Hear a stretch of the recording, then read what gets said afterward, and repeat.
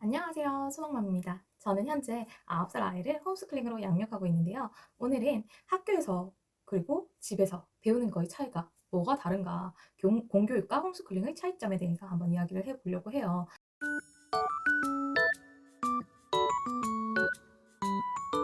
학교 교육과 홈스쿨링이 어떤 부분에서 차이점이 있고 또 아이들에게 어떻게 영향을 끼치는지 한번 궁금하지 않으신가요?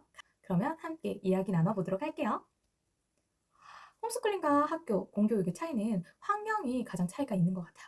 특히 학교에서는 정말 많은 학생들과 함께 이렇게 정해진 교실이라는 공간에서 생활을 하게 되고 아이들과 선생님이 계시고 또 아이들이 많이 있고 이렇게 해서 시간표에 따라서 규칙적으로 구조화된 환경에서 아이들이 단체 생활을 하고 규율을 알아가고 규칙을 지키고 이런 걸 배우는 거죠.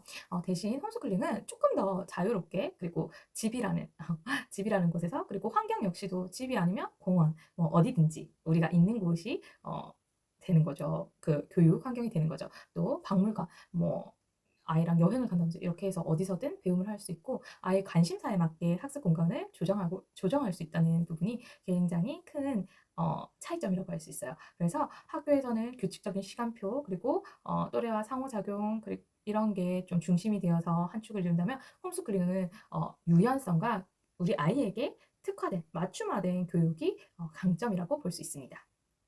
그러면 학습 방식은 어떻게 진행되나요? 학습 방식은 공교육 역시 많이 알고 계실 텐데요. 학교에서는 교과서로 공부를 하고 학습을 하게 됩니다. 특히 같은 나이, 동일한 연년생, 동일한 학생 나이 친구들과 이제 같은 내용을 배우고 또 선생님께서 진행하시는 수업을 따라가게 되죠. 그리고 시험과 평가도 공통된 기준으로 이루어지기 때문에 학습의 수준을 객관적으로 파악하기가 쉽습니다. 요 받아쓰기를 한다든지 이런 테스트를 통해서 이 아이가 어느 정도 수준을 가지고 있는지 이렇게 파악하기가 쉽죠. 그렇지만 홈스쿨링에서는 조금 다른 부분이 있어요. 관심사나 학습 스타일 그리고 우리 아이가 무엇을 좋아하는지 이런 부분에 대해서 초점을 맞춰서 커리큘럼을 조정할 수가 있어요. 그래서 아이가 뭐 역사를 좋아한다면 역사 부분에 대해서 포커스를 맞춰서 역사를 조금 더 훨씬 더 깊고 넓게 배울 수 있다든지 이렇게 아이의 나이에 맞는 학습이 아니라 나이 그러니까 정해진 학습이 아니라 아이의 관심사에 맞는 학습을 하게 되는 거죠. 그리고 뭐 어떤 아이는 과학을 좋아한다면 과학에 대해서 조금 더 노출을 한다든지 아이의 생각을 이야기한다든지 또 뭐 실험을 한다든지 이렇게 하면서 자기가 좋아하는 부분에 집중을 할 수 있게 되다 보니까 아이의 학습적인 부분에 있어서도 속도나 깊이감이 다를 수가 있어요. 그리고 공교육에서는 뭐 테스트나 이런 게 있다면 없는 학교도 있지만 홈스쿨링에서는 평가를 뭐 특별히 하지 않기 때문에 이런 부분에 대해서 부담이 없고 아니면 뭐 발표를 한다든지 생각을 이야기한다든지 다시 한번 자기가 가르친다든지 이런 방법을 통해서 이제 또 내가 해온 문제집을 본다든지 이렇게 해가지고 정리를 한다든지 이런 여러 가지 방법으로 또 하기 때문에 아이들이 부담이 좀 덜하다는 부분도 장점이 될 수 있겠네요.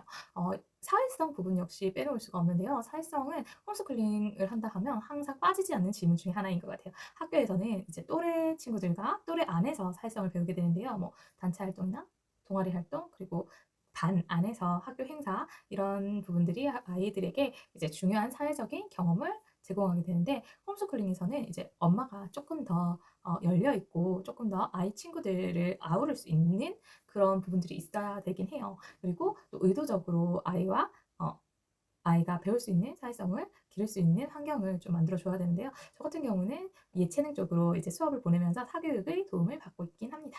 그래서 사회성의 경우에는 이제 어디서 무엇을 어떻게 이런 것보다는 엄마랑 아빠와의 대화 가운데서 그리고 부모들의 대화 가운데서 성숙한 사람의 모습을 보면서 모범을 보이는 사람의 모습을 보면서 아이가 어떻게 대화를 해야 되고 다른 사람을 대할 때 어떻게 해야 되고 관계 안에서 어떻게 누려야 되는지 어떻게 이야기를 해야 되는지 이런 걸 배워가는 게 진짜 중요한 거라고 생각을 하거든요.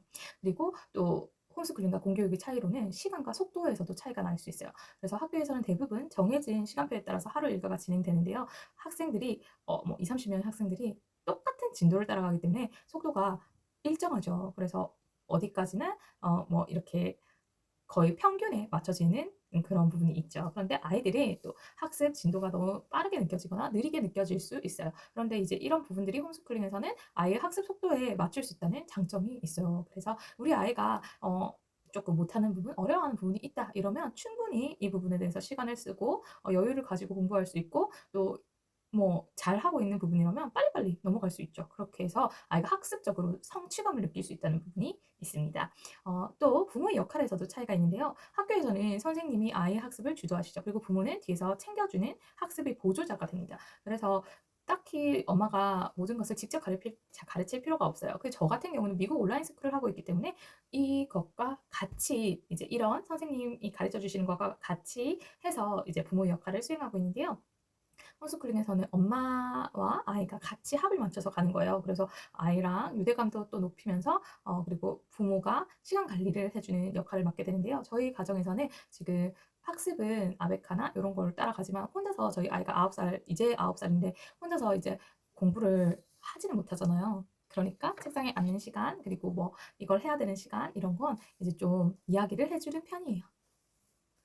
그러면 공교육이 좋냐? 홈스쿨링이 좋냐? 뭐가 더 좋냐? 이건 뭐가 더 좋다, 안 좋다 이야기할 수는 없는 부분인 것 같아요. 정답이 없는 부분이잖아요. 그래서 아이의 성격이나 성향, 기질에 따라서 그리고 부모의 가치관, 그리고 부모의 환경과 여건에 따라서 가족의 라이프 스타일에 따라서 달라질 수 있죠. 그래서 학교와 홈스쿨링의 장단점을 어, 다 알고 계시고 우리 가정에는 어떤 게 맞는지 이렇게 생각해서 선택해 보시는 게 좋을 것 같아요.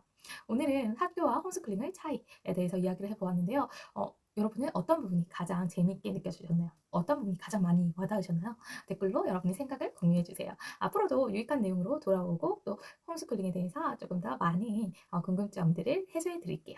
좋아요와 구독 그리고 알림 설정도 잊지 마시고요. 그럼 다음 영상에서 만나요. 안녕.